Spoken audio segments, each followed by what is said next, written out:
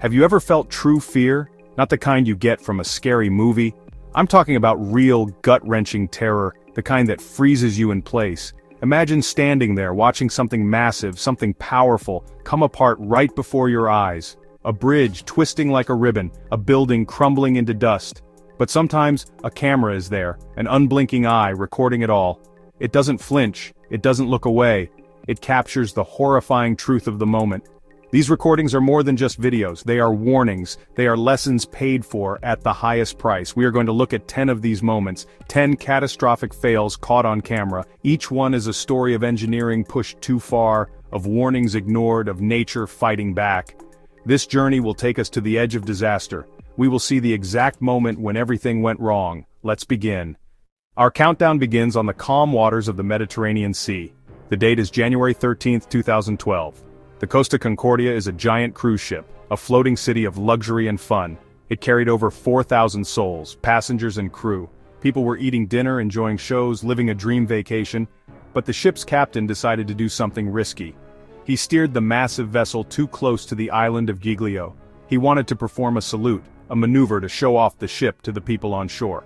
It was an act of pride, and it led to pure disaster. Suddenly, a terrible sound ripped through the ship. A grinding, tearing noise. The ship had struck a huge underwater rock. The rock sliced a massive hole in the hull, the ship's metal skin. It was like a can opener tearing through tin. Water began flooding into the engine rooms immediately. The lights flickered and died. The ship lost all power. Panic erupted. Passengers, just moments before enjoying a fine meal, were now thrown into darkness and chaos. The moments caught on camera are terrifying. You see people in life jackets stumbling through dark, tilted hallways. You hear the alarms, the screams, the confusion. The ship eventually rolled onto its side in the shallow water, a beached whale of steel. 32 people lost their lives that night. The cause was simple and devastating: human error. The captain's reckless decision, his arrogance, led to a catastrophe. It's a powerful lesson that no matter how advanced our technology is, a single bad choice can bring it all crashing down. We move from the sea to the heart of America, Kansas City, Missouri, July 17, 1981. The Hyatt Regency Hotel was hosting a dance party in its grand lobby. It was a beautiful, modern building. Its key feature was a series of suspended walkways or skywalks. These were concrete bridges that hung from the ceiling, connecting the different floors of the hotel. People were gathered on them, watching the dancers below. The atmosphere was joyful. Music was playing. Nobody had any idea they were standing on a death trap. Suddenly, a loud crack echoed through the lobby. It sounded like a gunshot. Then another. People looked up just in time to see the unthinkable. The fourth-floor walkway, packed with people, began to sag. Then, it broke free from its supports and crashed down onto the second-floor walkway directly below it. The combined weight of both walkways, plus all the people on them, was too much. The entire structure then plummeted into the crowded lobby below. It was a storm of concrete, steel, and glass. A scene of celebration turned into a scene of absolute horror in seconds. The cameras of a local news crew were there to cover the dance party. They ended up capturing the immediate, chaotic aftermath. Investigators later discovered a fatal flaw in the design. A last-minute change to the way the walkways were built had doubled the stress on the connections holding them up. It was a small change on a blueprint, a tiny detail, but it made the structure dangerously weak.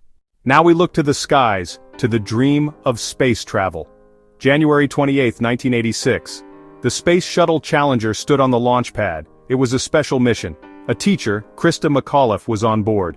She was going to teach lessons from space. The whole world, especially children in schools across America, was watching. The countdown reached 0. The engines roared to life. The shuttle lifted off, a beautiful white bird climbing into the bright blue Florida sky. For 73 seconds, everything looked perfect. It was a moment of national pride. Then, it happened. Live on television in front of millions of people. A small puff of smoke appeared on the side of the solid rocket booster. It was barely noticeable at first, but it was a sign of a deadly leak. Hot gas, like a blowtorch, was burning through a joint in the booster.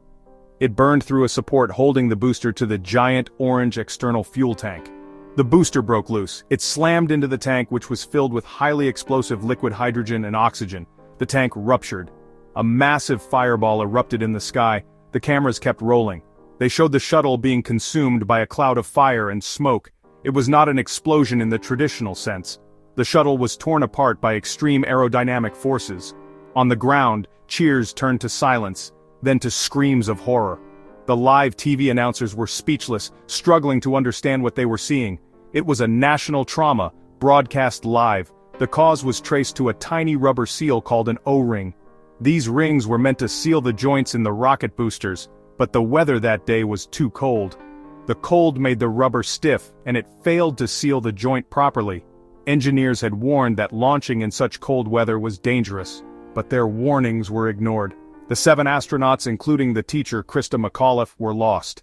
Our journey now takes us behind the Iron Curtain to the Soviet Union. April 26, 1986. The Chernobyl nuclear power plant in Ukraine. Inside reactor number 4, technicians were running a safety test. It was a strange and poorly designed test. They wanted to see if the reactor's turbines could power the cooling pumps during a shutdown. To do this, they disabled many of the reactor's safety systems. They were pushing the reactor to its absolute limit, breaking all the rules. They were playing with one of the most powerful forces known to man. What happened next was a nuclear nightmare. The test went horribly wrong. A sudden massive power surge occurred inside the reactor core. In a fraction of a second, the energy levels skyrocketed. The operators tried to shut it down, but it was too late. 2 enormous explosions blew the 2,000-ton lid right off the reactor. The core was torn open. A fire started, spewing a huge cloud of radioactive material high into the atmosphere. This was not a normal fire. It was a fire burning graphite and nuclear fuel, releasing invisible poison into the air. There is no single video of the explosion itself. It happened in the middle of the night, in a highly secure facility. But haunting footage was taken in the days and weeks that followed. Helicopters flew over the gaping maw of the reactor, dropping sand and lead to try and smother the fire. The pilots who flew those missions were heroes. They were flying through lethal levels of radiation. Videos show the empty city of Pripyat, evacuated in a hurry. Toys left in kindergartens, homes abandoned forever. These images show the silent, invisible nature of the disaster. The radioactive cloud spread across Europe. It contaminated land, water, and food. We return to America, to the state of Washington. The year is 1940. A brand new suspension bridge had just opened. It was called the Tacoma Narrows Bridge. It was a marvel of engineering. Long, slender, and elegant. It stretched across the water like a steel ribbon. But from the day it opened, it had a problem. Even in light winds, the bridge would move. It would bounce and sway up and down. Local people nicknamed it Galloping Gertie. They thought it was strange, even fun. Engineers knew it was a sign of trouble. On November 7, 1940, the trouble became a catastrophe. The wind that day was stronger than usual, about 40 miles per hour. Not a hurricane, but strong enough. The bridge began to sway violently. But this time it was different. It wasn't just bouncing up and down, it started to twist. The entire road deck was twisting back and forth like a snake. The movement became more and more extreme. A local camera store owner, Barney Elliott, set up his camera on the shore. He captured some of the most famous disaster footage ever recorded. His film shows the bridge in its death throes. You see the concrete road rippling like water. You see the giant steel towers bending under the strain. The bridge twists at an impossible angle. Then, the main cables snap. Huge sections of the road deck break away and plummet into the cold water below. In the end, only the towers and the side spans are left. The great bridge was destroyed by the wind.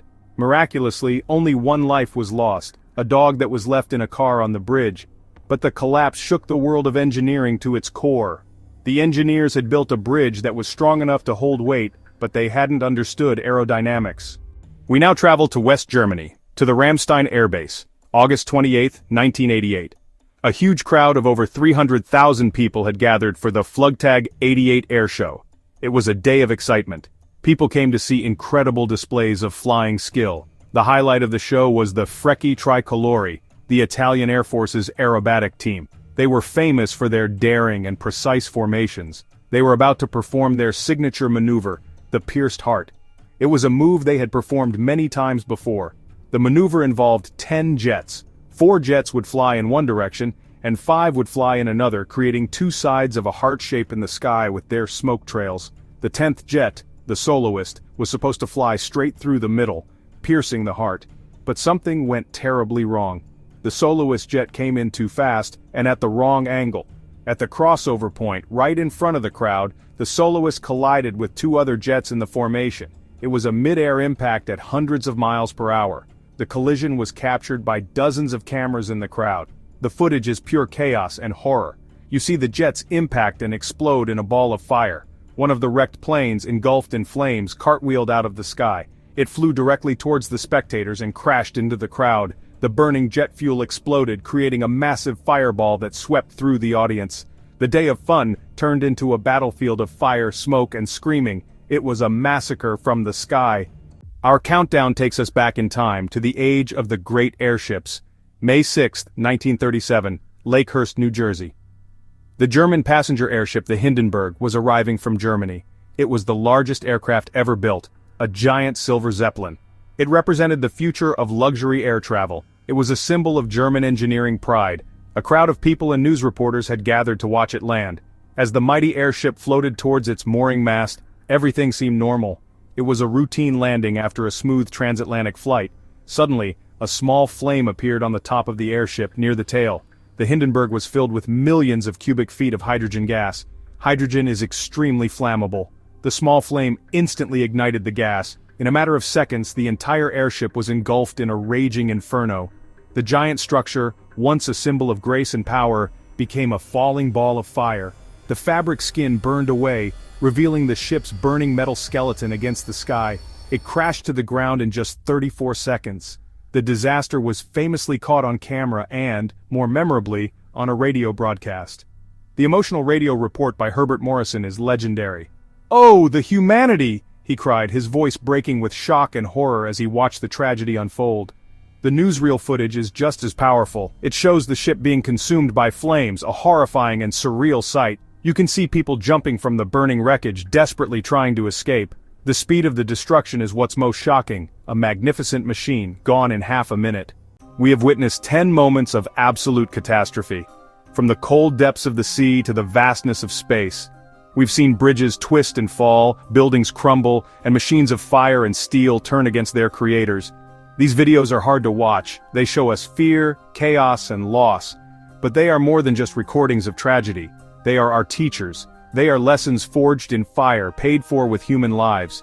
To look away from them, to forget them, would be the greatest disrespect to those who were lost. What do these disasters teach us? They teach us about humility. They show us that we must have a deep respect for the forces of nature, wind, water, and the very laws of physics. They also teach us about responsibility. A small mistake on a blueprint, an ignored warning from an engineer, a reckless decision by a captain. These small things can lead to unimaginable consequences. Every single bolt, every calculation, every decision matters. These recordings are a vital part of our collective memory. They ensure that the lessons learned from these failures are never forgotten.